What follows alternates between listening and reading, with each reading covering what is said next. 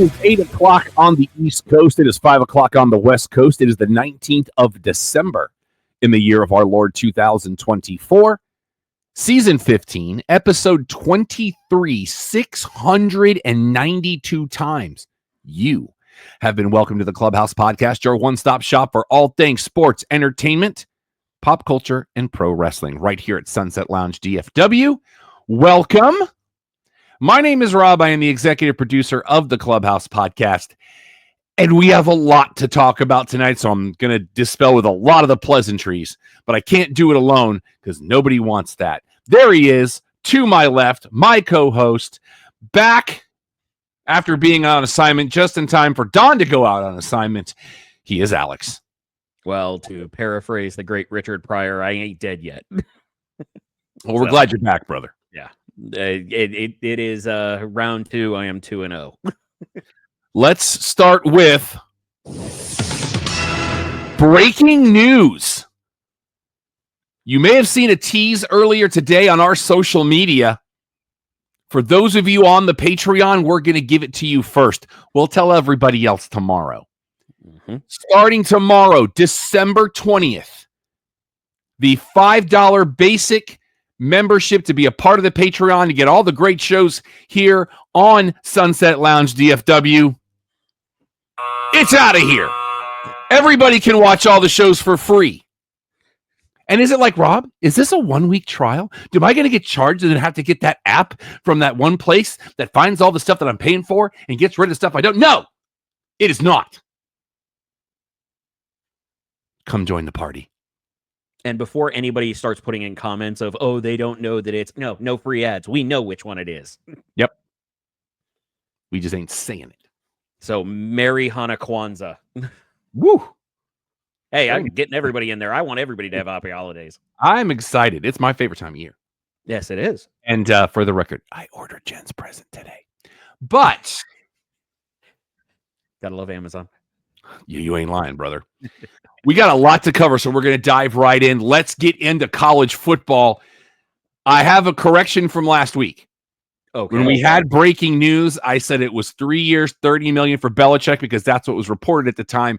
It is now 5 years, $50 million for Bill Belichick. Mm-hmm.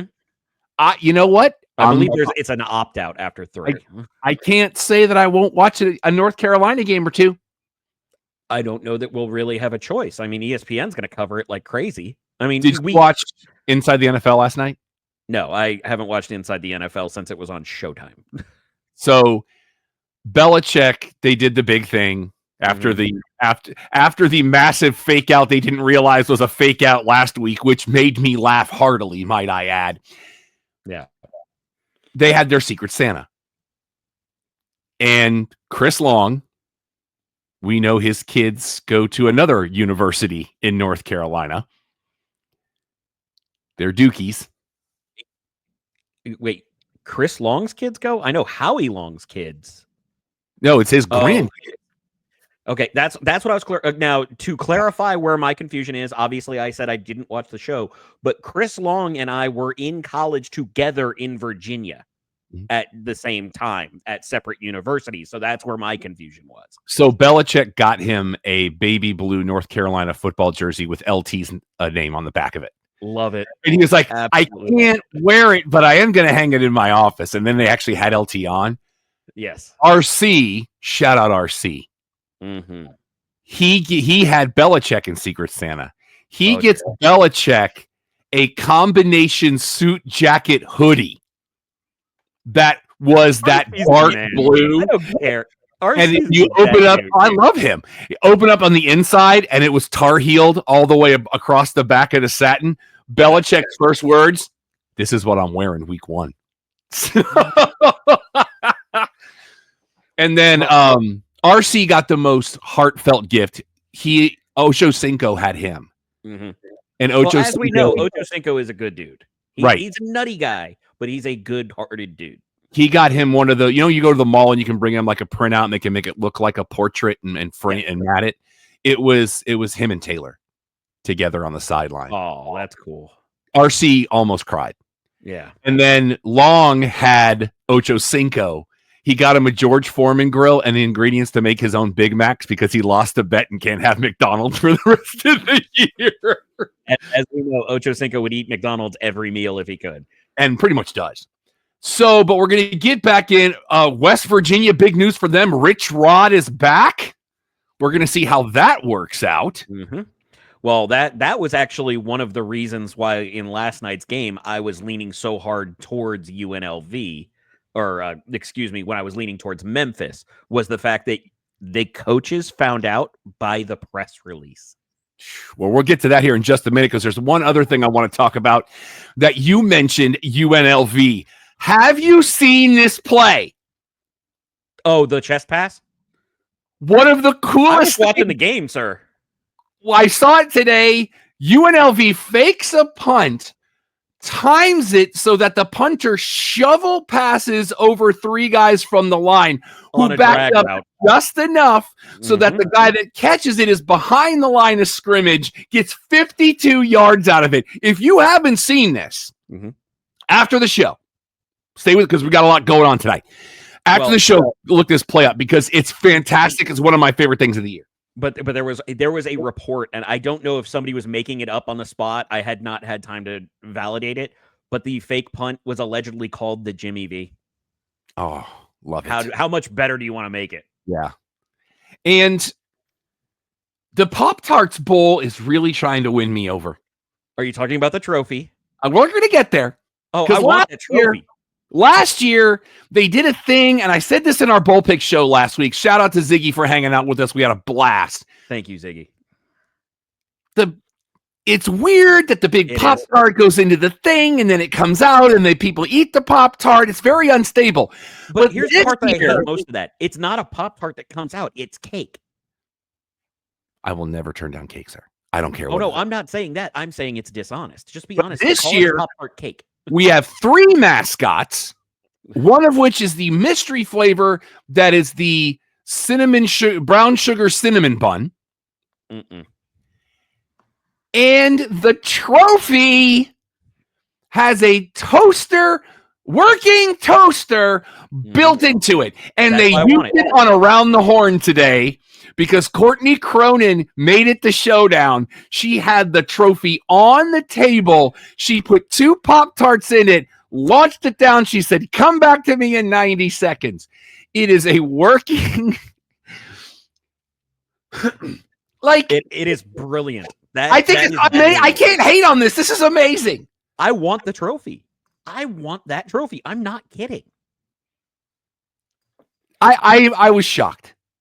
If I have any friends who have more money than sense, find it. Find this trophy. So let's get you caught up on bowl predictions.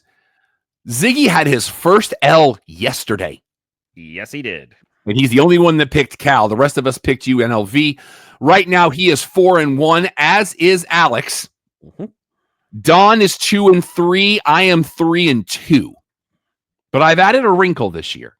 And we talked about this last week on the show. One of the things that, and I swear by what Alex says, because if it comes to gambling, I trust Alex. Yeah. So I have actually gone out, and the day of the bowl, I am putting in the over-under for these games.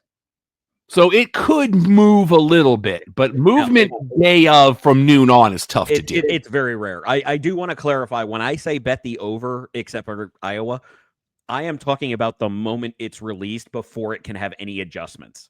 That's what I'm talking about, is jumping on before the season. Now, for those that don't know, you don't have to wait for the day of to bet on games. You can do what's called look-aheads or future bets, and literally on Selection Sunday, they will start cranking through those numbers, and you can place bets for anything on that day. That's what I'm talking about. That's why I wind up with tickets the size of CVS receipts. Well, but I still believe, because you also gave me a caveat, because right now the under is 4-1. It's doing well. It's doing very well. Yeah. But you made a point when you and I talked about this the other day that the early bowls tend to do that, but the deeper it goes, the more higher the scores are going to be. So we're going to keep an eye on it. And let me be perfectly clear on one thing. This is not in any way, shape, or form a knock on my co-host and one of my best friends on this planet. This is a scientific experiment because we've talked about this for years, and I just want to know. Now, the other thing to clarify, in case you're wondering, well, why would the early bowls? And it's not the quality of the teams, because we know everybody scores when it comes to bowl games. The gist you're looking at is a lot of these coaches can implement offensive changes more than defense, because defense is reliant on what offense is there. So the further away from your regular season you get, the more game tape may be useless. That's why there's always a lot more scoring, or one of the big reasons, because if you can trick the other team, that's half the battle.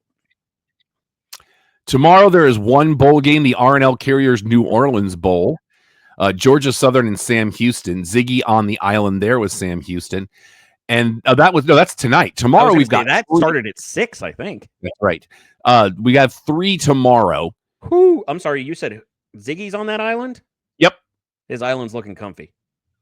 So, and then tomorrow we've got 3 bowl games, 3 on Saturday, 2 on Monday, 1 on Christmas Eve. But the big thing we have is Friday and Saturday. Well, we're going to talk about that here in just a minute. I didn't want to jump in front of you. I was just clarifying. Because the college football first round going head-to-head with the NFL, this ought to be very interesting this weekend. Well, they only have one game going head-to-head, I believe, and that's the 4 o'clock. So I think that's Texas. Yes, you are correct. But let's talk about Saturday in the NFL for a minute. I saw a blurb on the ESPN today. NBC has apparently told ESPN to hold their beer. Mm-hmm. As we know, and we didn't get your reaction because you weren't on the show last week, you watched the Simpsons Monday night game and you enjoyed it very much. I appreciated it for what it was, but I will clarify. In my theater, actually, you know what? I just realized I have a mobile camera, so we could actually show this a little bit. I have the big screen to the left, and I have 3 big screens in front of me.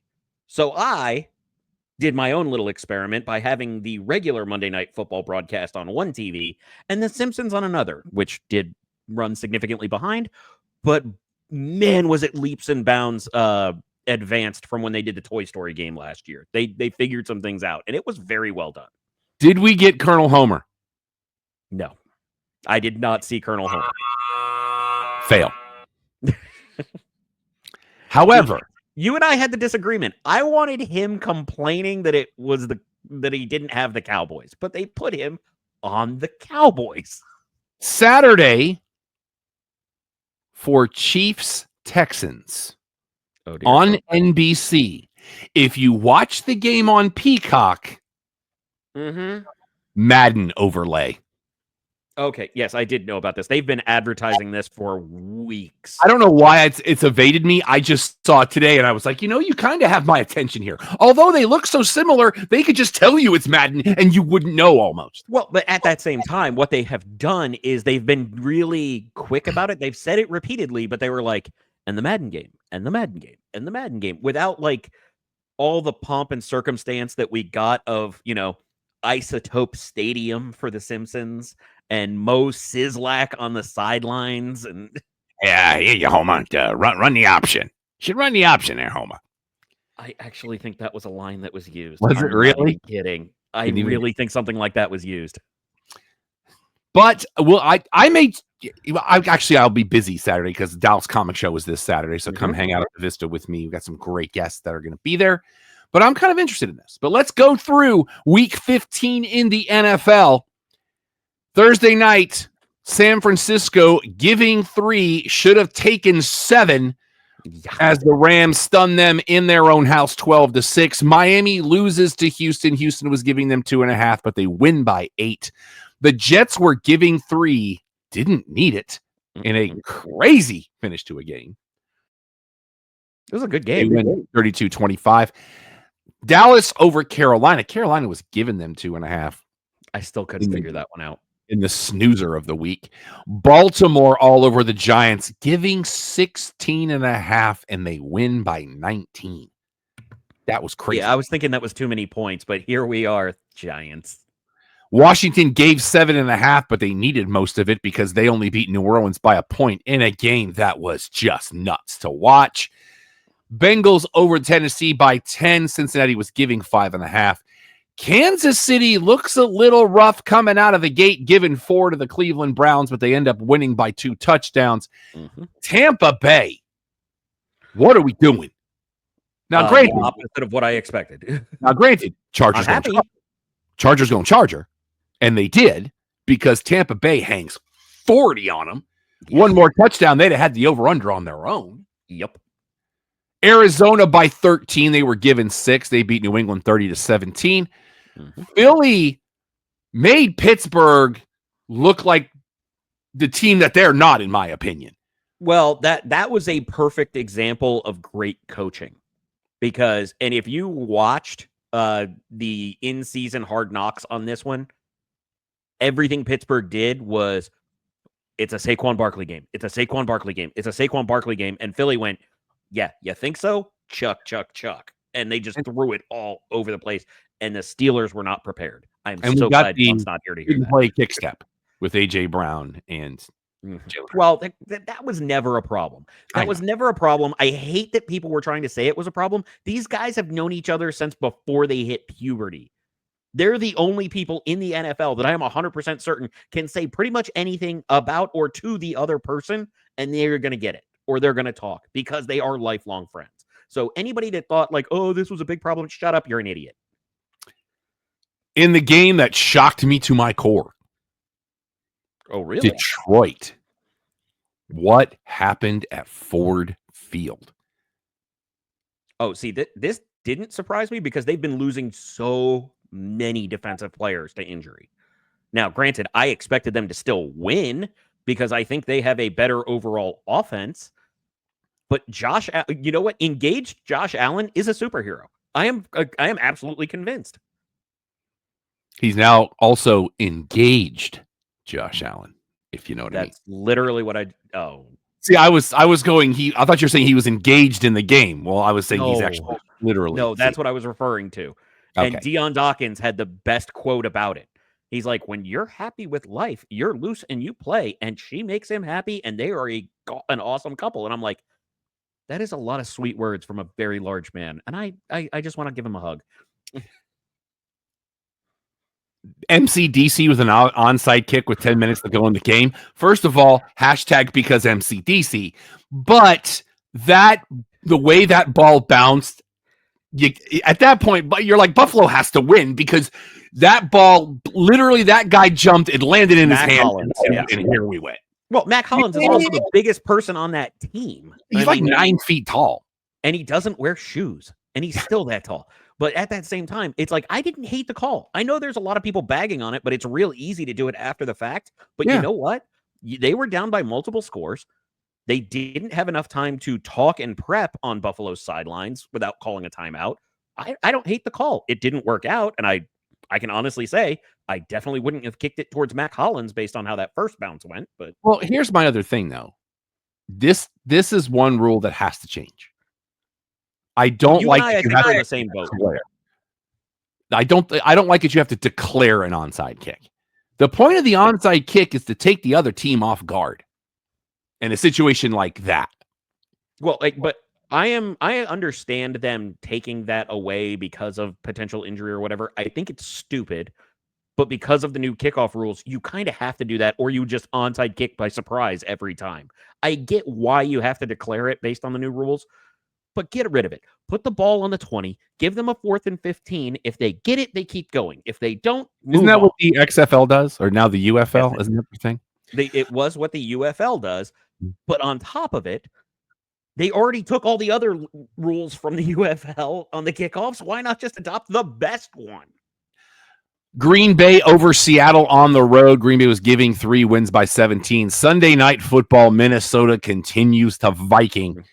They were giving 7, win by 18. Monday Night Football. I'm sorry, I dozed off there for a minute. Atlanta over Vegas by 6, and we're giving 6.5. Yep. Right now, we are live. Did you see the craziest bet line that happened this past week? Go ahead. The David Montgomery thing. I don't believe so. Okay, so David Montgomery has had to get surgery. He is done for the year. Okay. Now, we mentioned future bets and prop bets, which happens to be my wheelhouse. David Montgomery's rushing yardage total for the year was set at 745 yards and 1/2, because there's always a half. You want to have a decider. Did you happen to see how many yards he's finished at? 745. Oh, jeez. Yeah, that's a beat. And Yeah. I guarantee you there is some degenerate gamblers who, gotta love you, who are just reaching out to the NFL being like, how late can we do a stat correction? Just yeah. Right now, live in SoFi Stadium, Denver is at LA. Chargers are giving 2.5. You just want to say the Clippers, don't you? I would take Denver plus the 2.5 after seeing them last week. And by the way, kids, make sure you're over the goal line with the ball. Oh, man. I can't believe that happened 3 times in 1 week. Let's keep it going. We talked about this game earlier. Houston goes to Arrowhead Stadium. This is at noon. Before we get off of it, I would take the Chargers minus 2.5. Okay. Yeah. KC giving 3.5 to Houston. Does this move if Mahomes plays? Because I haven't heard officially. I've heard he's supposed to. He has practiced in full. He is expected to play. And to tell you the truth, I allegedly may have gotten it at 1.5 in the opposite direction. So wow.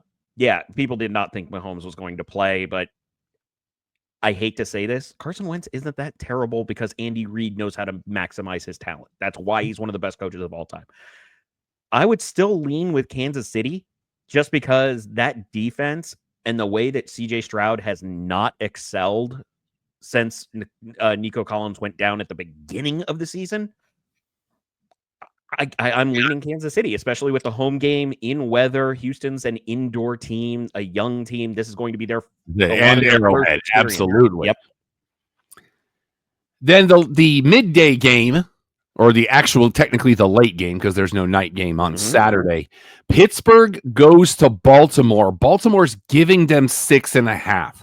This is tempting. I think Pittsburgh bounces back because it's the Ravens. I give the ball to Derrick Henry, please, because I had a bye last week, so I'm not worried about that. Give the ball to Derrick Henry. I don't think it's going to be enough. I think Baltimore's going to come out House of Fury on this one because they have to figure something out.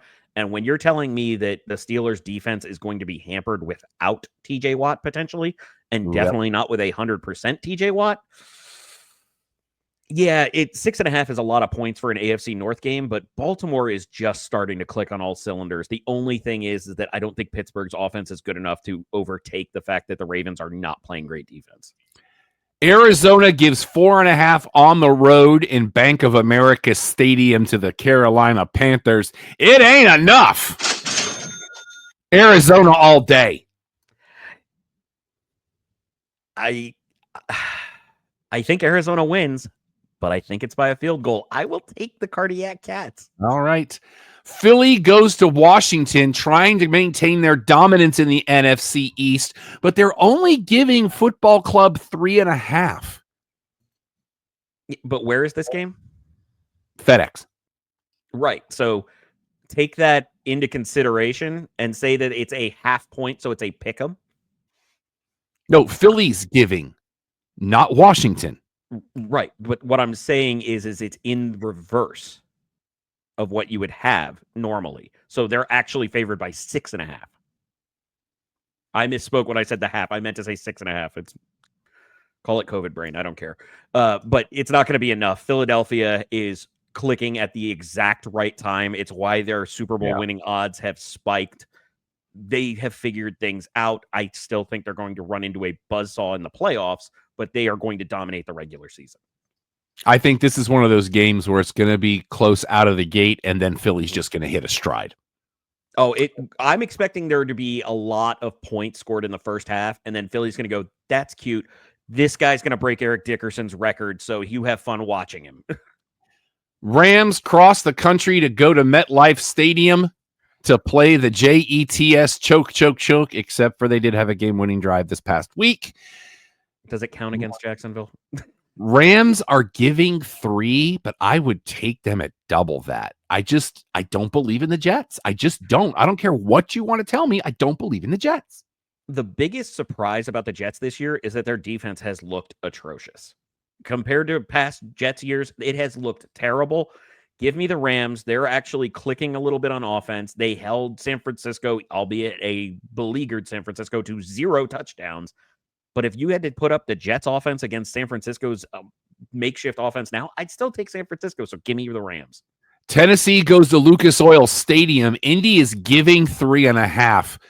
I would take Indy at 6.5 because the Titans are terrible. And even though as bad as the Colts are, they'll win this game by at least a touchdown. This is one of my favorite picks of the week. And allow me to say, I would take it at 3.5 if Will Levis was still playing quarterback. They've literally said, let's see what happens with Mason Rudolph. No, that's a tank move because Mason Rudolph can't throw corn. For the battle of Alex's least favorite state of the union, Cleveland goes to Cincinnati. Cincinnati's giving them 8.5 all tell you why. day. Yeah, I can tell you why.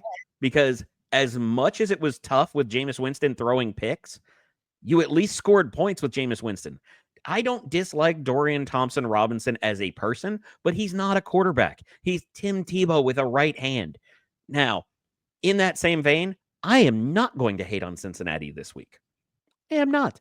I have absolutely been loving the stuff I've been seeing about how much Jamar Chase, Joe Burrow, and that team has been doing with cancer charities and with the holidays or different things. You know what? Go Bengals. Hooday. Let's go. Touchdown, Denver. Detroit goes to Soldier Field and is giving them 6.5 all day. Yeah. No, you want my favorite bet for this one? I don't care what they set the lines are. Take the over on Jameer Gibbs for everything. And give him the ball, please. Yeah.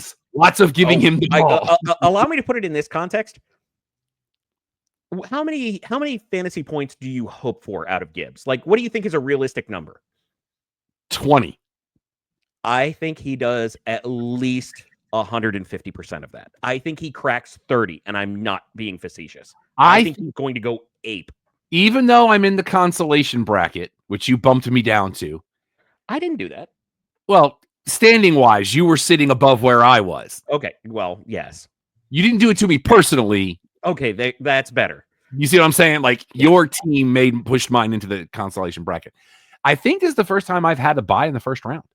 Because remember, last year I didn't even get into the playoffs because I won like 2 games the whole year with a decent team. Yeah, so, had a lot of injury.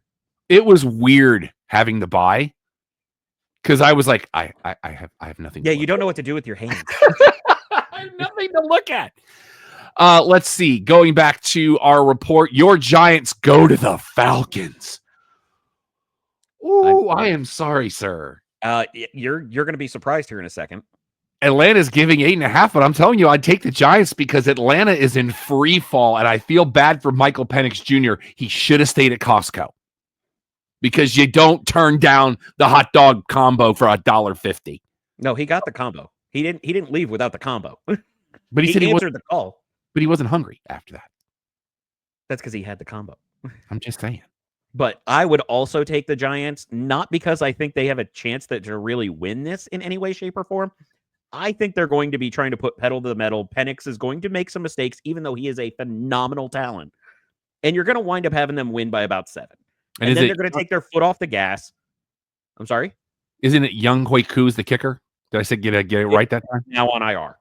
Yeah, I was going to say, because he was on my team, I had to go pick up a kicker. So if you got him on your team, he's out. But they do have a decent backup, Riley Patterson. So yeah, but what I was asking is, did I get the name right? Yes, Young Hoi Koo. Okay.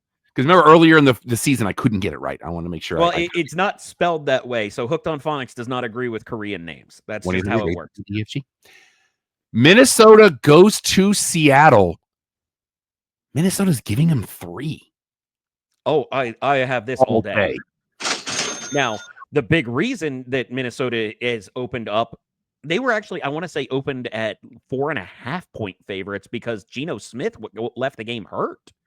And Sam Howell, I don't dislike Sam Howell, but boy, did the other team not like him a lot. But he's got the same problem Shadur Sanders does, and we can talk about that when we get there. And I will tell you what my perfect scenario for the Giants is for April. And that is the beginning of the late set. San Francisco goes to Joe Robbie Stadium. Miami's giving them a point. Because I don't know how I feel about this game. Well, now you're looking at being on your fourth string running back for San Francisco, as well as that offense not looking great. Plus, they don't know if Trent Williams is going to play. And the one thing Miami's defense has been able to do has been get into the backfield and get after the quarterback. And so if you're missing 27th on defense, yeah, they're not playing great. I would take Miami on this one. Jacksonville goes to Allegiant Stadium. 5 wins between these two teams. Vegas giving a 1.5. Give me Vegas. Jacksonville again in free fall. Give me the pee break. Give me the pee break. Well, here's the thing. Mac Jones wants to win. I don't know that I can say that about Desmond Ridder because he's so god awful. I can't believe he's even on a team. It's so bad. If Aiden O'Connell comes back, this is a hammer down on Las Vegas. Otherwise, I'd stay away. We have a text from my forced to pick. I would take the Raiders. Sorry, what was that, Rob? I just got a text from my sister. Okay. New England goes to Buffalo in the Battle of the Northeast. Don't care what the number is. Do not care. Do you want to guess what I'm looking at on my screen right now? What you're looking at right now? 14.5. Very clear. There's no hook. Okay, there's 2 touchdowns. Josh Allen's going to just they might get the 46.5 on their own. That's what I'm just saying. Tampa Bay comes to this town and is given the Cowboys 4. Cowboy fans, get ready because this team is all of a sudden on a mission, and none of us saw this coming. Nope. All day. I think we actually talked about them doing the opposite because last year they backed into so many wins to win the NFC South. And to be perfectly honest, the offense has looked even better without Canales, which is shocking to me, and without Godwin. And the defense hasn't been as good, but they've been good enough to win.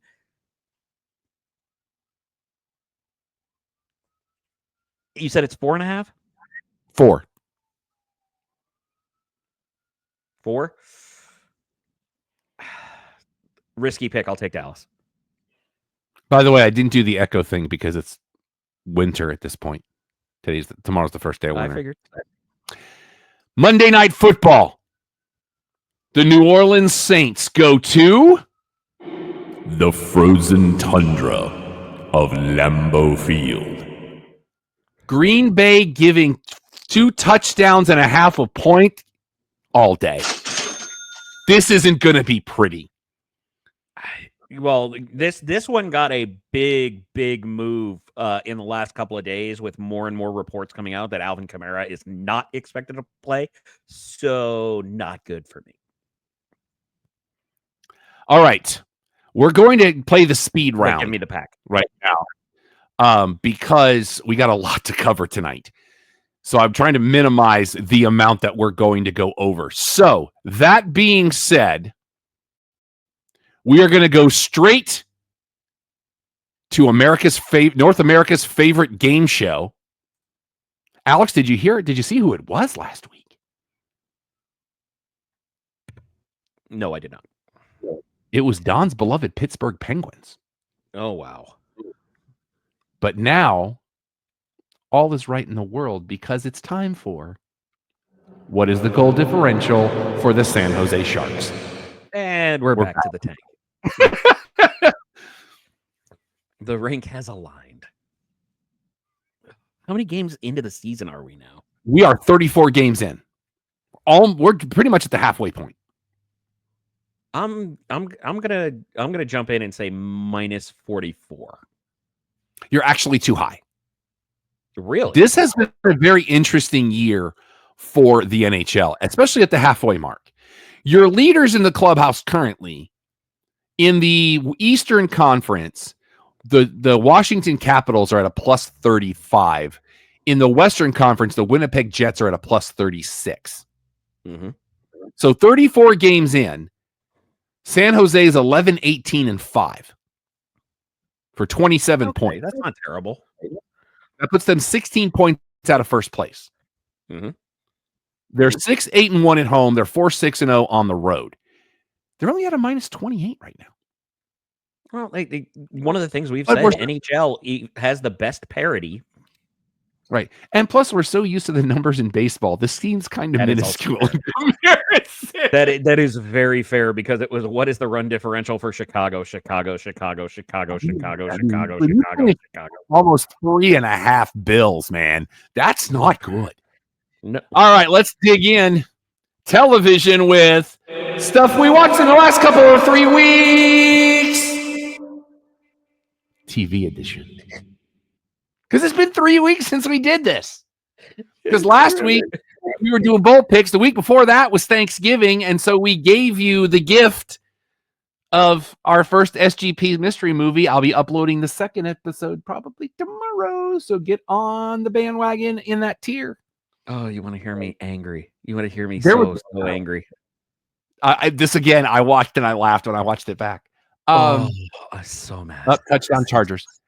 I don't have any TV that I watched this week out of the ordinary. Interestingly enough, I have 3 things, but none of them are too surprising. The last season of What We Do in the Shadows, I've been playing catch up on, and it's still consistently good. But you could tell there's a bunch of like cameos and celebrities that are like, help me get on this show before it's gone. The other one I mentioned earlier, which was the in-season Hard Knocks. I don't know if you've started this, sir. I haven't had a chance. Okay. So the reason that we haven't had it for a little while is they are focusing on like the home stretch of the season. You and I had mentioned that we wanted earlier, but I like how this is. But I also kind of feel like give me another team for the first 6 weeks, or at least like 2 to 8 weeks, just to fill the gap. But it's been very good, and it's very. I would think that they would be overlapping too much, but I think it's actually easier for the crew to do the entire AFC and an AFC North division because they don't have to pick through and force material like they do in the preseason sometimes with only one team. But the one I want to ask you about is taking it in the Wayback Machine. Okay. Community. So great. I have finished it. Hooray! Is the series finale terrible because they were just gung-ho for a movie? Yeah. Okay. I just want to clarify that. It is a phenomenal show. They were hoping to get one more season too. It is a phenomenal show that just becomes more and more unhinged as you get into it. And I feel that this gets my Office stamp. I'm disappointed that I didn't watch it sooner, but I am glad that I got to watch it where I didn't have to wait for the next episodes. Troy and Abed in the morning.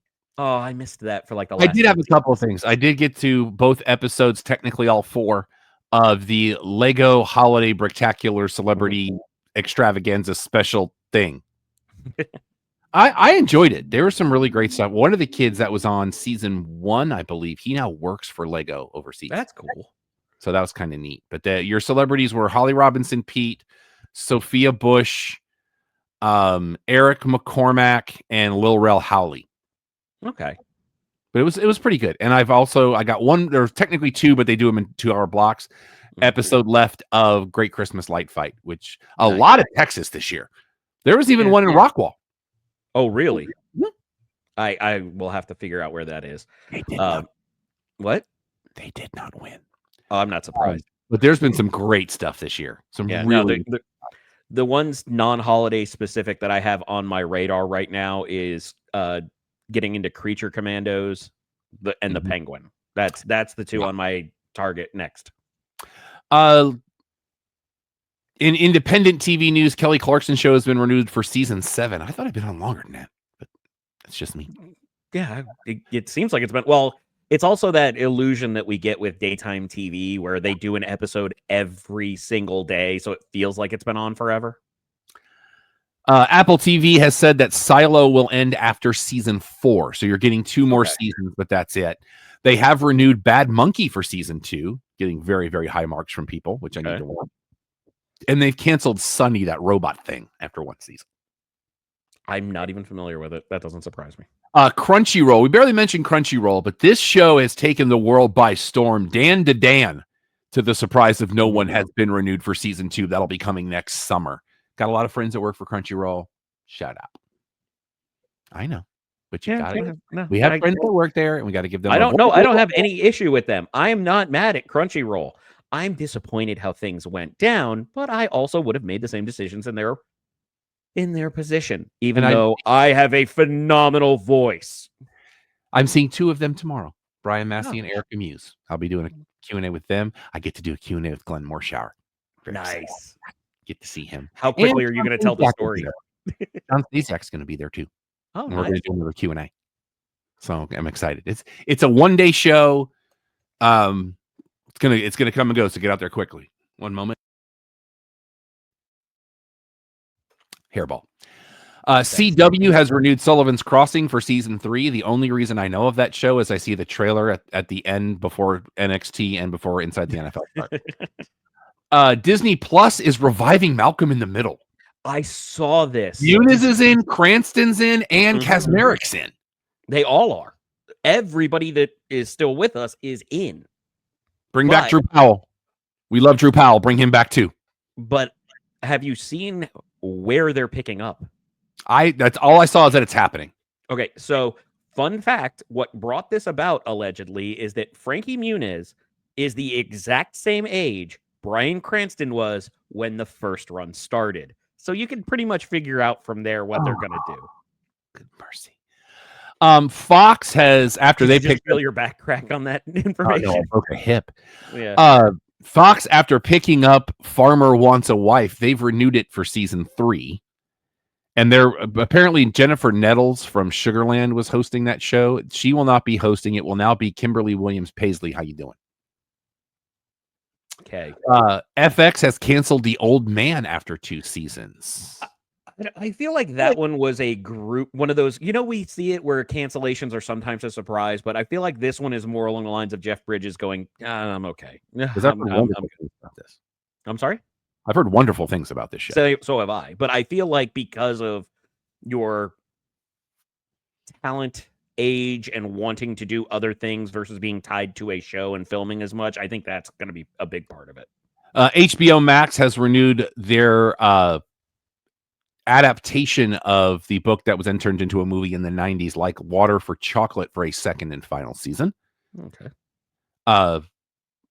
Season 5 of Harley Quinn will kick off on January 16th.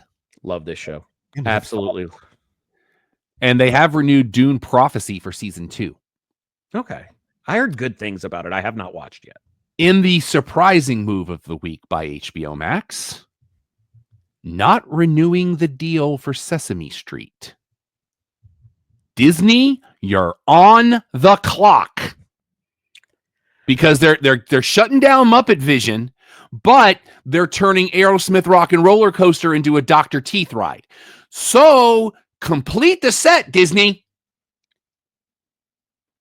Aren't we just going to call it the Electric Mayhem? It's Dr. Teeth and the Electric Mayhem. But what I'm saying is for the ride. Always will be. But for the ride's sake, I think it should just be the Electric Mayhem. I don't know that they've given us a name yet. I don't know that they have either. But I'm here for it. And that series was fantastic. I bought the soundtrack. I love that series. Hulu is going to stream the Oscars for the first time live this coming year. Okay. Because ABC, Disney, owns most everything. Of it. They also have ordered a pilot for a Prison Break reboot. I don't know how I feel about this. At one time, they filmed in your town. I love Prison Break. I love the first season. It is one of the greatest seasons of television to me. It gets a little crazy after that, but I still watched all of them. But, ooh, did they make me mad? Did they make me mad? And they have renewed Tell Me Lies for season 2. And now the song's stuck in my head. SNL this week, Martin Short and the Hosier. So while we're misusing songs from pop singers, why not have Hosier? Last week, did not laugh. Not a great episode. Which one was last week? Gracie Abrams, JJ's daughter. She was the musical guest. And I don't remember if Paul Mescal was last week or... Oh, it was Chris Rock. That's right. I actually heard great things about that. Did not laugh. You're the first person I heard that did not enjoy it. It was better than Paul Mescal. That's not saying much. And I like him. But it just wasn't a good episode. I still need to watch Gladiator 2 again. As it is the 50th season of SNL, we know we're getting a documentary in the spring. We're getting a second documentary. It's going to air January 27th at 8 Eastern. It's going to be called Ladies and Gentlemen, 50 Years of SNL Music. Oh, I can imagine that you got excited. For those of you that don't know, it's called that because every first performance in every episode ever has been like, Ladies and Gentlemen, MC Hammer.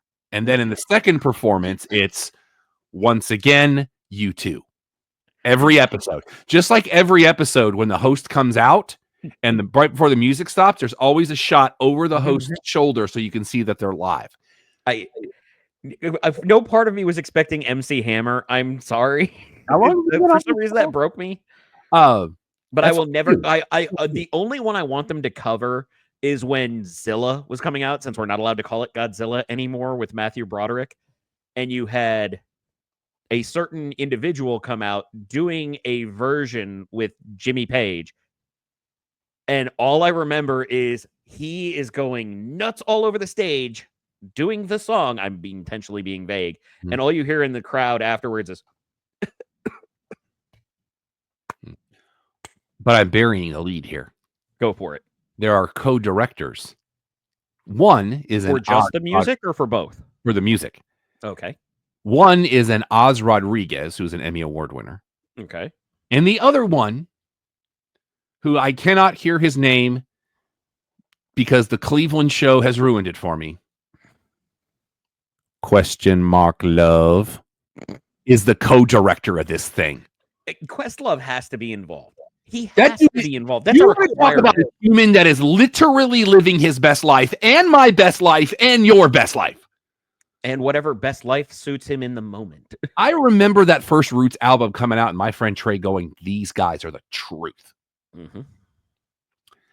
Let's see. There's going to be a Chicago crossover that's going to start on January 29th. So my wife will be happy with that.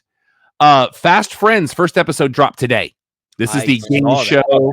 I haven't watched it yet, but I am going to check it out because it's this week for 4 weeks. This is the first of the 4. I don't know why I put this here. This should have been a movie talk. So let me pull that out of there. They are officially Peacock developing the Friday Night Lights reboot. Don't know how I feel about that. But well, you have had notes on it, so what the heck happened there? That's not now. Let me ask you the question before we're too far off of it.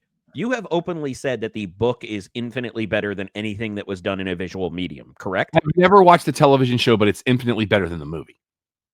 Just clarifying that you are a huge fan of the book.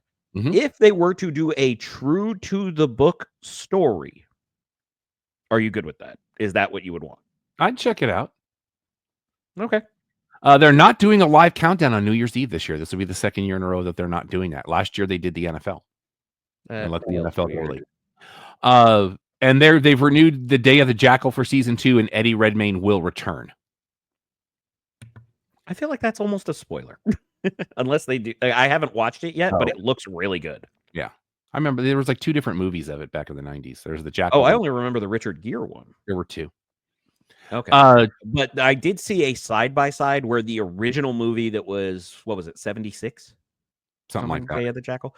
But they had an entire scene that was direct copied, and they put up the Eddie Redmayne version with the original version side by side, and it was chilling how accurate to the original it was. I was very impressed. Let's see. And Netflix has renewed Nobody Wants This and A Man on the Inside, both for season 2.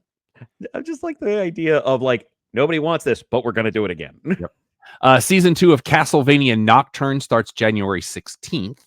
Okay. Netflix will be showing the SAG Awards again this year, and Kristen Bell will be your host. Good choice. I like her.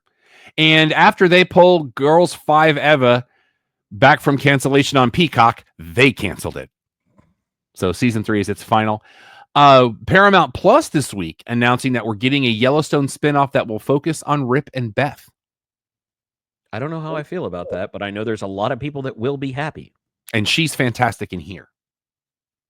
She's fantastic in everything. Yeah. Big fan. How you doing? And they have renewed Mayor of Kingstown for season 4.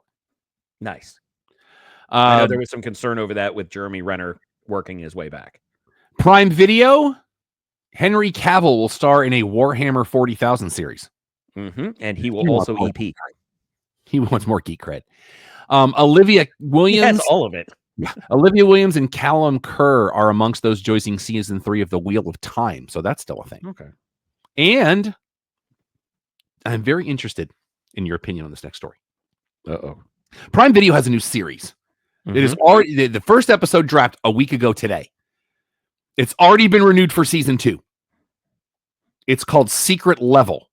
No. Yeah. Oh, yeah. People that did Love and Robots. It's the same people, and each episode is a deep dive into a different video game. So there's one for Mega Man. I heard that the Pac-Man one is insane. So, and here's the part that you need to know. We talked about this before. I cannot say certain words in this phrase on this show. I mean, I can, but I won't. I appreciate that. But going straight into Dungeons and Dragons and dropping their talent on the table, oh my God. Yeah. You mentioned something about D&D to me recently. We need to talk about off air. That's a separate, because your HSO there, I want to make sure that you're prepared. That's all I'm saying. And YouTube TV has announced they're going to go up $10 a month starting next month, which is fine. $10 I can deal with because it's already pretty cheap as it is. There's a lot of people throwing a fit, and I cannot believe that they are. It's like, go look at prices everywhere else. It's still better price than everything else, and it's a better service. And they really gave me a really good price if I want to order order Sunday Ticket next year. But I really like just Red Zone. That's the hard part I have. We talked about it when the season started, and you were saying about how much you enjoyed YouTube TV, and I was thinking if it was worth the jump, and then I realized the only thing, because I am lazy, effectively lazy, but lazy nonetheless, the only thing I would be jumping for would be Sunday Ticket. And even when I had Sunday Ticket, I didn't utilize it. I just watched Red Zone. Well, and with my church schedule, by the time I get home, it's the second half of the early game. And the Dolphins play early more often than not. So I can't wait to start getting blown up on social after showing how many TVs are in this room. And they're like, and you don't want Sunday Ticket. Yeah, you're right. Let's get into movie talk and stuff we watched in the last couple of 3 weeks. Movie edition. Only thing I've watched is it was a documentary called The Rise of Streaming from VHS to Netflix. It's okay. It's about 45. It's on YouTube. They just dropped on YouTube today a 2-hour documentary on Phil Collins. That's called Phil Collins Drummer First. Good title. I'm going to check that out. Anything that you want to talk about movie-wise? So if you remember the holiday or the Halloween game that Sean and I were going back and forth with movies and different things, we've been doing that with Christmas movies of late. And if you have anybody who wants you to watch Elliot the Littlest Reindeer, punch them in the throat. Unless they are 4 years old, just don't bother. But the one I wanted to highlight that we watched the other day, I want to say that you might have done a review for this. Okay. A Boy Called Christmas. I don't think I did. I feel like one of us did. It might have been Dawn. But it is off the rails insane and totally worth watching. Because to her credit, she was trying to find movies that we had not seen. And I was like, this is going to be terrible. This is going to be so bad. And when you open up and it's Dame Maggie Smith, I'm like, she doesn't do bad stuff. Let's go. Well, it's like every single extra player from Game of Thrones is in that movie. Every single background person. Did you see the Instagram post from one David Harbour? No. A picture of the did he first reply page, to me? a picture of the cover page for the script for Violent Night 2. Oh, I did hear him talking about getting that done because it came up in conversation with fans, and he said, "Don't worry, you're not alone. We want to do it too." He's got a script. And I love that movie. I I did. love it so much. I watched it again yesterday or 2 days ago, and it's so delightfully awesome. Have you watched the Superman teaser yet? I was debating on doing that before, but with it just being us and not knowing if we were going to do it on air, I did not. No, because there was no way I was not watching this in my living room. No. The minute I logged off my computer for work, I went to the living room and I went to YouTube. And this is what I have to say.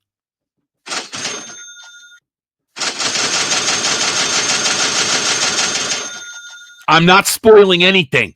Go watch this trailer. Now, to clarify, that's the reason I have not watched it otherwise, is because I've only had computer monitors, phone, and the TV was running for something else, but I was not sitting in front of it, and I need to see it in my system. Oh, dude. We will talk more later. That's all I'm saying. Your next full-length Looney Tune feature has been announced. It's going to drop February 28th. It'll be called The Day the Earth Blew Up. There's only one title I want to hear about Looney Tunes coming, and it's never going to happen. What's that? Coyote versus Acme. Yeah. Until that's it, I don't care. There we go. Interesting rumors this past week of a Beatles biopic directed by Sam Mendes. Have you seen the rumored casting here? I have. So it is a dramatic biopic. Yes. Okay. No, I have not heard any of this. Ringo has verified that they have cast to play him one Barry Keoghan. Yeah, I see that one. I was pausing because that's definitely good casting. That's who I. John Lennon to be played by Harris Dickinson. I'm sorry, who? Harris Dickinson? No. He's playing Lennon? Yes. Okay. Well, Harry's a friend, so we support him. Paul Mescal to play McCartney. Mm. And that was put out there by Ridley Scott. Yeah. George Harrison. Joseph Quinn. That's like grabbing every it boy in England. Yeah. Right now. Yeah. That really is. This is mostly rumor, but I wanted to talk about it a little bit because I am intrigued. I take issue with exactly one of those, but not dramatic issue. So we'll see how this works out. We're apparently getting a Clayface movie in September. Oh, yes. I am reserving judgment because supposedly there is rumor that it is going to be a mini series similar to The Penguin, but I am all on board with the casting. All I know is the last 2 times we did a movie about a villain that didn't have Batman in it did not go well. And what universe was that in? It was the one that Spike Jonze or whoever the heck directed that thing. Oh, you're talking about the Todd Phillips. I don't count that. Todd Phillips, that is. I don't count that. I do not count that at all. I thought you were referring to a certain Marvel universe or Sony Spider-Man universe, because nothing but glowing reports on Matt Reeves, the Penguin. And if Matt Reeves is still involved, I'm trying to think of the nicest way to say this. Give that man his money. Let him do what he's going to do. He understands the character better than anybody else. And I will fight tooth and nail that The Batman is the best Batman movie. Come at me. It's up there for me. But continuing Alan Tudyk's greatness as Clayface, bring it. We're apparently getting a remake of Chitty Chitty Bang Bang. I don't know how I feel about this. Feels a little dated. Yeah. Let's see. Red 1 is now streaming on Prime Video for those of you that have not seen these numbers. Yeah, he's crushing it. It's insane. I love this movie. I don't care what anybody says. I love this movie. Say what you want. It's a terrible movie, but it's fun. It's not. I like it a lot. It's terrible. It is so bad. May 16th, we're getting Final Destination 6. Is that all? But have you seen what the actual title is? I read it somewhere. I Okay. thought I had it on the run sheet. I but giggled to myself because it is Final Destination Bloodlines. Speaking of sequels, and we're going to talk a lot about them, we got a bunch. Apparently, Because we're that's getting what I was- another Meet the Parents film. Okay, is it going to be Meet the Great Grandparents? Yeah. Tangled, your next live action translation. Did you see who is pitching to be in that right now? I have not. Okay, so of your main cast, obviously you need, oh my god, I'm drawing a blank on the character's name. But anyways, you need Flynn Rider, you need Rapunzel. I think Mother Gothel is going to be the biggest linchpin of that because of the story and how Tangled goes. Catherine Hahn is pitching hard to play Mother Gothel. Yeah. Mhm. Shut up and give her the money. Love her. I saw a still of her from Bad Moms the other day. I'm like, that was so long ago. Somebody asked her about that. She's like, my one rule with my son is please don't Google me. Austin Butler being talked about for an American Psycho remake? I could see that, but I mean, he's already in talks to be live action Hercules. So I don't know that we need to remake that. Leave that one alone. Well, I feel like you're missing that told me Christian Bale could be Bruce Wayne. It was the movie that told me that. Well, but the other part about that is my favorite factoid about American Psycho. Do you know about how Christian Bale came to it? I do not. So when the novel or novels, I can't remember if it's multiple, came out, there was a lot of protesting from feminist groups. Your main leader in those feminist groups is Christian Bale's stepmom. Oh, wow. So he had the connection there as somebody who had the experience of respecting it while still doing the movie, who then was fired from that movie, was replaced by Leonardo DiCaprio, I believe, who could not stomach it, and they brought Christian Bale back. It is a tangled web that wound up playing insanely perfect. And I don't know that it needs to be remade in any way, shape, or form, but it is a great movie. Jennifer Love Hewitt verifying this week she will be in the new I Know What You Did Last Summer. Mm-hmm. So there's that. McKenna Grace. I believe Freddie Prinze is also on board. Yes, you are correct. McKenna Grace has joined the cast of Scream 7 and Courtney Cox will return. Okay. I'm shocked that that's still going, but hey, more power to him. We're getting a remake of Return of the Living Dead next Christmas. How many times have we remade that in one form or another? What could be the most intriguing story of the week? We talked a few months ago that Lord and Miller were going to do a movie reboot of Murder, She Wrote. Mm-hmm. Have you seen who's going to play the lead? I have not. One Jamie Lee Curtis. Yep, in. Don't care. All in. Jamie Lee. All in. All in. She has one true misstep for me, and it's Borderlands. But at that same time, I've heard that she's fantastic in The Last Showgirl. It's on my list to watch. I've heard everybody is great. And yesterday, Pamela Anderson was in the Criterion Closet.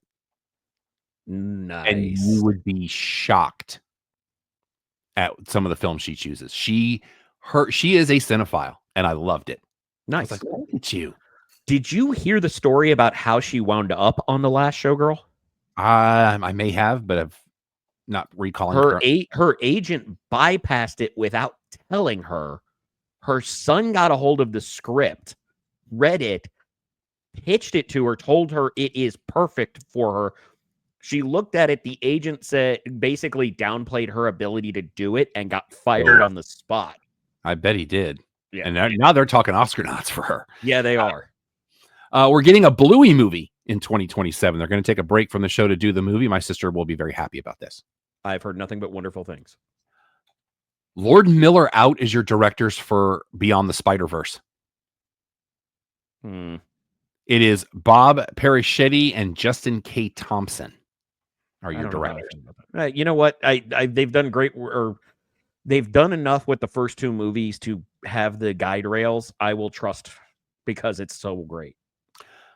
January 16th, 2026, we're getting a 28 years later prequel for a movie that hasn't even come out yet.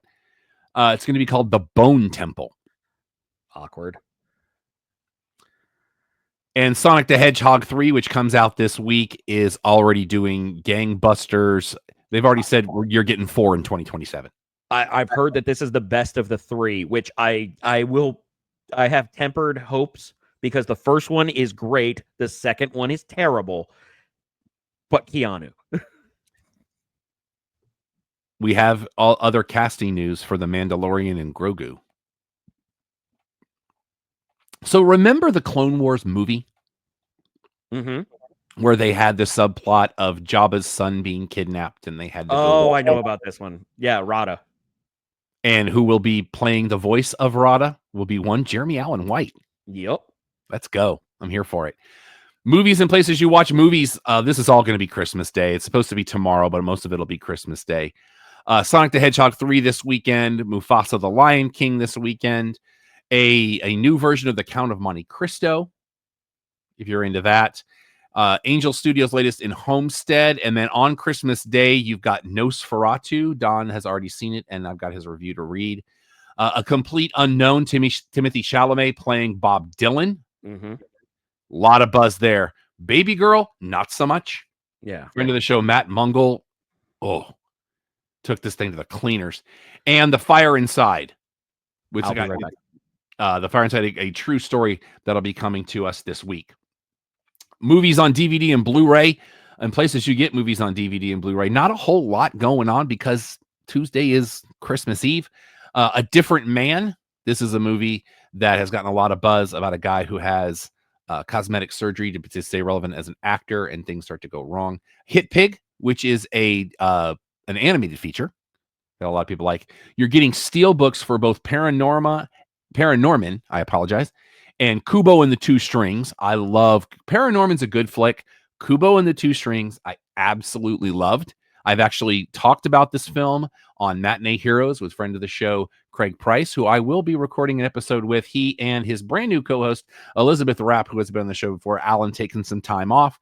Elizabeth is the current co-host, so the three of us will be talking about Babe on Saturday recording. I'm sure I'll probably drop next week. And we've got another one coming up next month that I'm very excited to be on with them. So check out Matinee Heroes. Every new episode's on Saturday. Get it where you get your podcasts. And a movie called Scarfies, which looks like some kind of a horror film. It's 25th anniversary. Yeah, you got it going on. So you got that going for you, which is nice. And now I have to wait for Alex to get back because we have to transition to the other half of the show, and he has to change the things at the bottom of the screen. So we're just going to sit here and talk about, if you missed the big announcement at the beginning of the show, starting tomorrow, we're taking down the paywall. Tell everybody you know to get on. Free. Pay no free 99, bro. All the great shows right here, Sunset Lounge DFW. You're going to get Beer 30 Sports O'Clock with Ziggy. We got Your Dark Companion with the great Mike Reiner. We got a Spanish show now, which is pretty awesome. Al Maximo, I believe, is the name of that show. We have got a lot of great shows right here at Sunset Lounge DFW. Get on board, brother. Also, we have our next SGP mystery movie for those of you on that level of the Patreon. That'll be going up this weekend. Alex and I also did a deconstruction audio for NXT Deadline. We'll be uploading that this weekend for those of you on that level. We're going to see what the next one's going to be. The calendar's kind of wonky, and Alex and I are going to need to talk about the next couple of weeks. Right now, it is 21-10 Denver in SoFi Stadium on Thursday Night Football. Chargers going Charger. I've said it before, and I'll say it again. I stand by it. That's why I took Denver, because Chargers going Charger. Also, we'll keep you updated on our social media. There's a QR code over there. Make sure you scan that for all of our social medias. We'll be keeping you updated on our Bull Picks contest. Ziggy right now doing very well. Make sure you check out his show. That dude is one of the nicest dudes on the planet, and we're going to have him back. If for no other reason, we're going to have him back for the college football playoffs and maybe even the NFL playoffs, because the guy knows what he's talking about. Other stuff you need to know, again, Saturday, Dallas Comic Show at the Vista Mall. Come hang out with me. I'm going to be sitting down with some amazing, amazing people. And there's other Billy Blair's going to be there. He's not doing a Q&A this time, but he'll be there. We've got some amazing artists that are going to be there. It's only a one-day show. It's the holiday show of cheer at the Vista Mall in Louisville. We're back in the original spot. So if you go down there, go downstairs to the center of the mall, I'll be on stage for the Q&As, and then we'll have all the guests just off to audience right. You'll see it. And it's a great show. Mark puts on an amazing show every time he does. Let me just pull up the website so I can give you the rundown while we're waiting on Alex to get back. We've got, let's look at the tickets. Oh, goodness mercy. My throat just got real dry there. We got some VIP tickets, but the guests that are going to be at the show this weekend, if my mouse will work properly, we've got Ben Dunn. We celebrating the anniversary of Warrior Nun. He'll be there. We've got Glenn Morshower, who I'm a big fan of. If you don't know who Glenn is, he played Aaron on 24. He's part of the MCU. He was in one of my favorite movies of the year that year called Bomb City. If you haven't checked that out, he's a local guy. Looking forward to seeing Glenn again. I actually got a chance to talk to him earlier this year. If you remember when I got to be in the room to hang out with Judd Nelson, he was there. Or Judge Reinhold. I want to screw that up all the time. Judge Reinhold, when we watched Fast Times, and I got to hang out with him. Sozo Mika, I believe. I can say that she is an artist as well. Burton Gilliam from Blazing Saddles. You might remember that. He was in Fletch. He was in Back to the Future 3. He was in Honeymoon in Vegas. Paper Moon. Absolutely wonderful human. Love Burton. He's going to be there, and a heck of a golfer.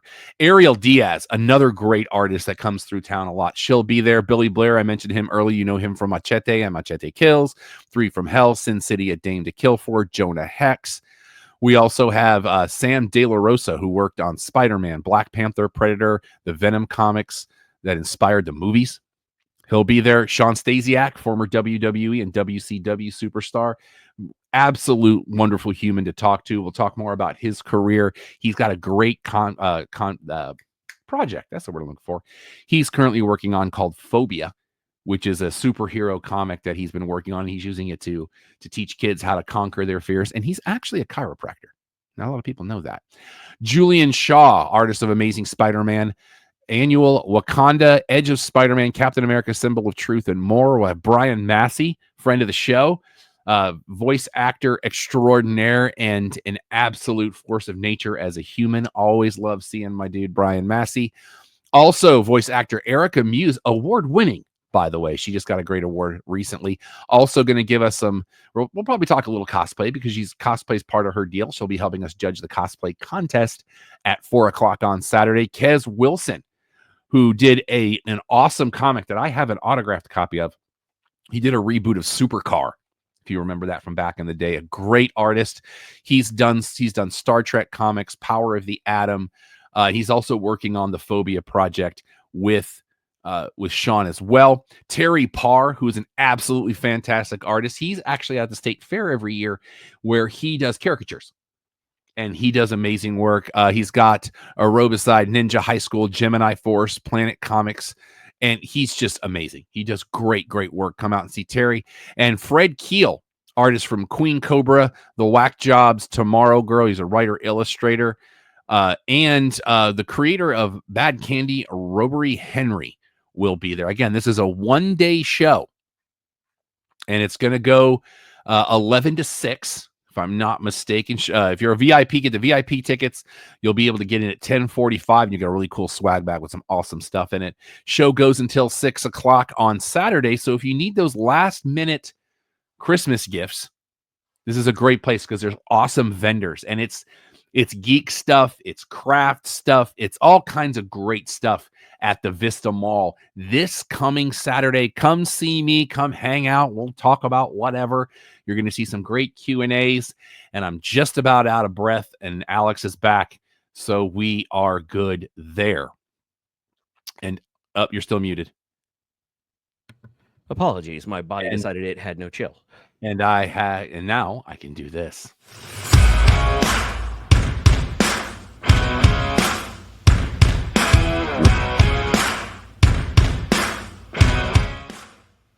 Let's get into the second part of this show, the Cheap Podcast, your one-stop shop for all things professional wrestling. Man, we've got a lot to talk about. Last Friday night was TNA Final Resolution, and I had a headline and then had to change it because it got old the next day, as Tessa Blanchard has returned to TNA after surrendering the CMLL Women's Tag titles. We're going to see where that goes. Joe Hendry is your number one contender for the world title. That will happen at Genesis. That will be in this town on January the 18th. Question? That was the 19th. Something that weekend. Yeah. Then we had to slap Hurt around the world as somebody from the crowd decided they were going to get testy with Eddie Edwards. Mm-hmm. And man, that was a weak slap. I'm just going to say it. But you do not assault, even in the most mild of ways, the talent. Confirming Genesis is January 19th at the Colwell Center. Yeah.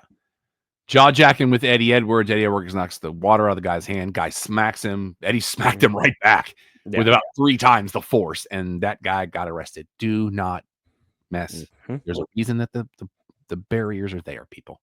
That is a clear line of demarcation. Yep. But if you get hit with hay, it's okay. I was going to say, unless you have signed a release and are part of the show. I will say in the tag titles match, that hallway where they used the tables, that was narrow. Mm-hmm. There was no room for error in that. They had a great crowd at Center Stage in Atlanta. That crowd was fantastic. And that's where they used to do NWA Power a lot. It's a great studio. I thought it was perfect for TNA. Yeah. Now, all the reports circling back to the Tessa Blanchard thing, everything says she is coming back to be Jordan Grace's last program, because once Jordan Grace's contract is up, I believe at the end of January. Yeah, February 1. She's expected to make the move to NXT because they need more women. Well, and the Rumble. And the Rumble. Well, it wouldn't be her first time either. Yeah. Have you seen any footage from Final Resolution? Some, yes. Did you see where the announce table was? I did not. So facing the ramp, there were 2 rows and then a riser, and that's where the announce table was. Okay. And then there were rows above it. I thought it was kind of cool the way they did it. Well, it's also kind of, remember, we've seen them do that at Southside Ballroom too. Yeah, I'm watching the ringside and I'm like, where are they? This is live. It's not like they're in a studio. And and then I saw the right camera and I was like, oh, that's kind of cool. Yeah. They have a really good vantage point. Rhino has left TNA. Mm-hmm. Kushida's exiting. Trent Seven's exiting, and Jade Chung not resigning. Well, because one of those piqued my interest the most. Because her husband's deal is up in February, and he is expected to test free agency. Yeah. But Trent Seven, tell me we're going to get Motor City Machine Guns and Mustache Mountain versus. Let me finish. And DIY and the Gorillas of Destiny and Mustache Mountain in a 4-way. Just make that a pay-per-view. Exactly. Ash by Elegance got married over the weekend in Miami. Congrats. So shout out to the former Dana Brooke. Hank and Tank are now your Reality of Wrestling tag team champions. Good for them. So, and we have a location and a date so bad for NWA Hot Times 5. It's going to be from the Dothan Civic Center in Dothan, Alabama on March 22nd. That is a Saturday. Dothan is a regular stop for them. Logan Paul saying that he's retired since becoming a dad, but then we find out yesterday at the Netflix event he's on the Raw roster. Wait, you expected a Paul brother to be honest? Yeah, come on. You're 14. You got your whole life in front of you. Becky Lynch announcing she's joined the cast of Star Trek Starfleet Academy. Let's go. I was intrigued by that. Yes. So I'm excited about it. And she's going to be a main character. She said a character on the bridge. Well, so, you and I for a while talked about how impressed we were with her in Young Rock, because holy wow. And we've always loved the Becky Lynch. Absolutely. Did you watch Saturday Night's Main Event? Yes, I did. Ventura was weird for me.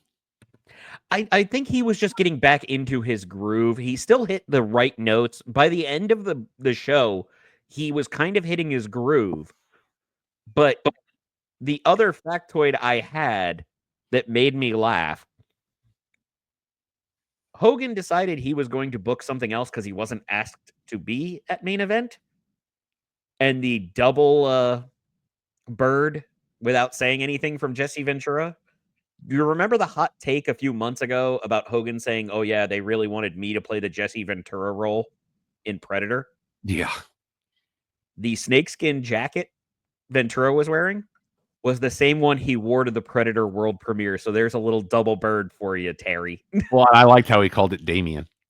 Oh my God. That popped me and I had to explain it. And I liked how they had the table that was set off to the side like they used to do too. Oh, and the old school railings. I felt very uncomfortable, but the old school oh man, how narrow that entryway was making me go, push them back. They're in that's Long Island. We had the return of Pat McAfee. Always enjoyable. And congratulations to Chelsea Green, who wins that tournament.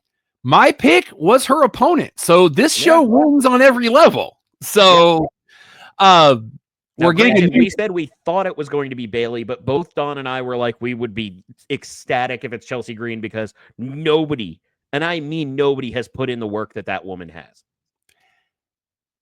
We're getting a new show. 12 hours before Cardona claimed himself as half of the women's U.S. title. Yeah, we're getting a new show on A&E with them, and I'm going to say the name of it, but it's not what you think it is. It's called WWE LFG. Yep. The LFG actually stands in this case for Legends and Future Greats. Yep. Not let's close enough. Go. It seems very Tough Enough-ish. That's allegedly what the inspiration is going to be. They're going to try and go back to this because one of the other reports is that the WWE ID is your first round for the show. And your coaches will be Triple H, HBK, Undertaker, Booker T, Mickey James, and Bubba Ray. At various times. I believe they're not going to be in every episode, but there's going to be a cycle. Yeah. Right. They've also added WWE's greatest moments and has renewed WWE rivals on the main. Programming note for the Rumble, February 1st will start at 6 Eastern. Yay. So get ready for that. And congratulations, Bianca Belair and Jade Cargill. They've topped PWI's tag team 100 for 2024. They're the only WWE team in the top 8. That mildly surprises me, but I get it. On what do you think of the new, by the way, Netflix debut, which is a week and a half away? Yeah, it's coming up quick. We're gonna have Roman versus Solo and Tribal Combat. What do you think of the logo? I kind of like it. It's nice. It's clean. Now, granted, I feel like it's a better shifting away from the Crown logo as well, but I have one distinct problem with it. What's that? And if I am picking nits, the W looks weird to me. What I like is how it kind of morphs into the Netflix N. Yeah. But what I'm saying is it looks like an upside down M, which essentially a W is, but it just years of being programmed into expecting the W to angle out.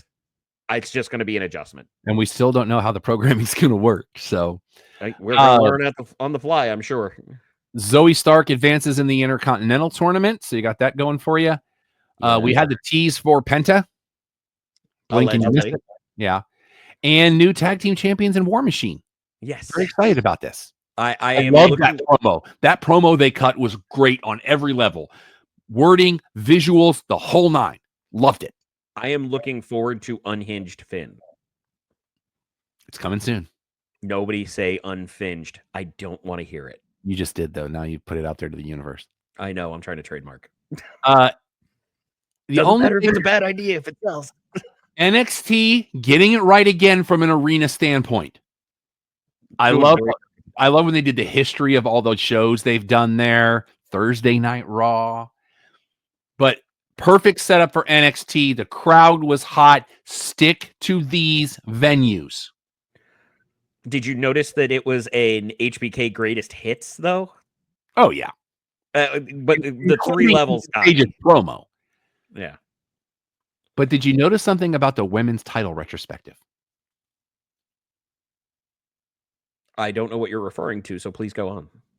When they ran the list, one person was on the screen that long, and they didn't name check her. I must have missed this. She's your current Ring of Honor Women's Champion. Oh. You saw her. Yeah. They never named. She's the only one they didn't name check. I wonder if it's because of the naming differences, and she's now been out of the company pretty much as long as she was in NXT. You could still call her Ember Moon. Oh, no, I get that, but I wonder if there's that aspect, because remember, we always had people getting new names, unless you're AJ Styles, for so long, because it was, I didn't create it, I don't care. And now it's different. AJ and Joe. Right, but the difference was that AJ Styles was approved by somebody else. Joe went to NXT where somebody else signed off on that. AEW, as we run it real quick as well. Alan Angel's out for the rest of the year with a knee injury. Hate to see that. Interesting news from All In Texas. It will stream on Max, not as a pay-per-view. They released some reports earlier today. I don't know if you saw about the breakdown of the Max deal to an extent. Yeah. All your past pay-per-views will be available on Max day one. There will be a rotation of live programming on there, but with the simulcast, that's expected. So I will be intrigued. Still don't know about like Revolution. Yeah. Because they don't have a January, right? No, they usually run February. Right. Oh, no. You know what? They have World's End. But that's January. This. Right, but that's the one that's end of December, beginning of January. So it's like they're bridging the gap. And they're going to do StarCast out there as well. Mm-hmm. So there's that. Shout out to Big Bill and Lexi Nair. They got married since we last talked wrestling. So shout out to those kids. Respect to Enzo deciding not to dress up. But the picture of the two of them together was great. I will neither confirm nor deny that some personal pictures from that event were sent to me. Shout out, Ryan. Austin Gunn is out with an injury as well. That's why you haven't seen him in a minute. Yeah. Unfortunately, without him, Colton can't go. Yeah. On Collision, we had the return of Julia Hart. Mm-hmm. Very excited about that because we love her. And Dynamite, do we need this much fanfare for Bandito? I think it's that aspect of the trying to replace it of like they lost their most visible, biggest Mexican star. And I think they're trying to make this sound like Bandito is equal to two Lucha Bros. And I love what they're doing with Tony Storm. Oh my God. This angle is fantastic. I want to make you retract something real quick. It's not what they're doing with Tony Storm. It's what Tony Storm is doing. It's what Tony Storm's activities are within AEW. I'm going to say something, and I know that it's going to sound almost facetious, but with how well she sold the timeless gimmick and is into the rookie rock star Tony Storm, if she wanted to jump Hollywood, I don't know that there's somebody who wouldn't give her a shot. Well, she's in that Mildred Burke biopic, isn't she? I believe she is, but what I'm saying is that she is showing an ability, because we have long believed that if you get wrestlers in the right circumstance, they are your best actors because they have to do it live and with their own stunts. Yep. Now, granted, sometimes they're The Rock playing The Rock and everything. Sometimes they're John Cena, who's just best at being funny. I'm sorry, who? I'm not doing it. My throat hurts too much. I'm sorry. I want to roll with you. I do, but it hurts. Let me just give it to you. John Cena! Thank you. You're welcome. But then you get guys like Dave Bautista, who, Hall of Fame wrestler, might be the best actor to ever come out of any combat sport. The Killer's Game was dope. Love that movie. Final battle. Have you seen him in or his appearance in Last Showgirl? I haven't. I've not seen anything. I want to go into that as cold as I possibly can. I'm going to tell you right now, you need a pause for a second because you're not going to realize it's him for a moment. Oh, wow. Just saying. And final battles tomorrow night. Yep. With rumors of your Ring of Honor women's title being the headliner. I'm a little surprised by that. And the only reason I'm surprised by that is because the story that has moved the most needles is your men's title. Yes, it's traditional. Yes, it's a problem, but we know we're probably gonna open with the survival of the fittest. Yeah, I mean that's just the way that goes. I gotta go do setup at Dallas Comic Show, but I'm gonna try to be home before it starts. Yeah, I will be dealing with family coming. You have a house full of people coming. Yes, you do. Anything else you want to talk about before we get out of here? I know it's kind of backtracking, but did you have a Peaky Blinders note for movie talk? I know I ran out during the middle of that. I don't. Denver just intercepted for the second time in the last 10 minutes. Okay. So the Peaky Blinders movie, which I find humorous because we started at one point talking about Community with seasons and a movie, but Peaky Blinders doing the same thing. Peaky Blinders, the film, has wrapped as of today. Oh, really? So we will be seeing that coming either beginning of 2025 or towards the end. It depends on how much post they're going to have to do. Oh, Hair Bear got picked in the end zone too. Yikes. All right. Anything else you want to talk about? Nope. I think we're good. Thank you. Glad you're back. Glad you're feeling better. Yes. I ain't dead yet. Well, also want to say a quick shout out. Thank everybody that came out for the Grace Descending show on Saturday night. We had an absolute blast. And it's probably going to happen again. Well, as I told you, you have been consistently great. The entire band has been consistently great. And I have seen you over half a dozen times. So, and that means a lot, brother. It really, really does. And you know I'm way too big of a prick to lie about that. No, we had a great time. We actually have audio and video. We recorded them separately, so Kenny's mixing down because he recorded everything separate audio track. So he's going to mix it down, and we're going to have that available very soon. So stay by the channel because we might just do it again because we had an absolute blast. So thank you guys for coming out. QR code's over there. Scan it for everything you know about us. We're so happy you're part of Sunset Lounge DFW. We can't wait to see you again. And Alex and I are going to talk about the next couple of weeks as soon as we get off air. So go by the channel. You can follow us personally on your social medias. I am at Yes That Rob Irvin on everything. That's ERVIN, the official fact checker of Sooner Gator Productions. Don Ford, who's out on assignment, I believe this week and next week. He is Igbunu on X Twitter, IGBUNUUU. I am Vexploit on everything. And if you'd like to help out the show, please go to prowrestlingtees.com/thecheappodcast. We've got a lot of different shirt designs, a lot of different color options within those designs. If you happen to be an artist or have any suggestions, you can reach out to me at alex@theclubhousepodcast.com. If you do submit artwork and we put it on the store, you will get 100% of the profits from any shirt sold. Buy shirts, buy shirts, buy shirts. You can email Don if you would like us to come to a remote at your particular location. We love doing live remotes and hanging out with the Empire. He is Don@theclubhousepodcast.com. You can email me questions, comments, concerns. Tell me to go pound sand. I'm Rob@theclubhousepodcast.com. Charlotte Marshall's on Pinterest because we are morally obligated to say that. Our normal show every Thursday night, 8 Eastern, 5 Pacific, is your one-stop shop for all things sports, entertainment, pop culture, and pro wrestling. So until next time, for Alex, for Don, for the Empire, I'm Rob. Clubhouse is closed. Brittany Palmer's she's back active on social media again. Looking forward to seeing what she does next. This is a Stolen Water Media production.